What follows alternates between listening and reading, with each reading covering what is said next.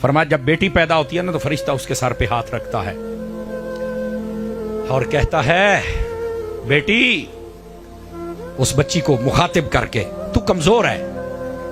क्या कहता है?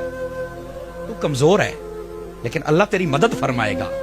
और जी अगली गाल करदा हौसले वाला बंदा सुने, फरमाया अल्लाह तेरे बाप की भी मदद फरमाएगा। बेटे के पैदा होने पर मैंने ये हदीस नहीं पढ़ी है, बेटी के पैदा होने पर पढ़ी है।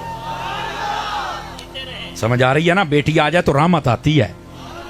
ए हुण 5-4 दिन धुंध पई ना, सारे उस्ताद जी दुआ करो यार को मींह मूंह पै जाए, धुंध मगरों लग जाए, ਇਹਦਾ मतलब रहमत फायदा दिंदी है। ਤੇ ਜਦੋਂ ਤੇਰੇ ਘਰ ਧੀ ਨੇ ਆਉਣਾ ਨਾ ਤੇ ਬੜੀਆਂ ਤੇਰੀਆਂ ਧੁੰਦਾਂ ਮੁੱਕ ਜਾਣੀਆਂ ਨੇ। ਆਵੇ ਸਹੀ ਇੱਕ ਵਾਰੀ ਫਿਰ ਵੇਖੀ, ਤੈਨੂੰ ਸਮਝ ਨਹੀਂ ਲੱਗਦੀ ਨਾ। ਇਸ ਵਾਸਤੇ ਆਪਣੀਆਂ ਬੇਟੀਆਂ ਦੇ ਨਾਲ ਮੁਹੱਬਤ ਕਰਿਆ ਕਰੋ। ਲੇਕਿਨ ਅਗਰ ਮੇਰੀਆਂ ਮਾਵਾਂ ਭੈਣਾਂ ਵੀ ਸੁਣ ਲਈਆਂ ਨੇ ਤੇ ਹੱਥ ਜੋੜ ਕੇ ਗੁਜ਼ਾਰਿਸ਼ ਕਰਾਂਗਾ, ਤੁਸੀਂ ਵੀ ਨਾ ਆਪਣੇ ਆਪ ਨੂੰ ਹੁਜ਼ੂਰ ਦੀ ਕਨੀਜ਼ਾਂ ਦੇ ਵਿੱਚ ਸ਼ਾਮਿਲ ਫਰਮਾਓ। ਕਦੀ ਵੀ ਐਸਾ ਕੰਮ ਨਾ ਕਰਨਾ ਜਿਹਦੇ ਨਾਲ ਇਸਲਾਮ ਬਦਨਾਮ ਹੋਵੇ, ਸ਼ਰੀਅਤ ਬਦਨਾਮ ਹੋਵੇ, ਜਾਂ ਤੁਹਾਡੇ ਵਾਲਿਦ ਦਾ ਸਿਰ ਨੀਚਾ ਹੋਵੇ ਜਾਂ ਭਰਾਵਾਂ ਦਾ ਥੱਲੇ ਹੋਵੇ। ਨਾ ਨਾ, ਇੰਜ ਨਾ ਕਰ।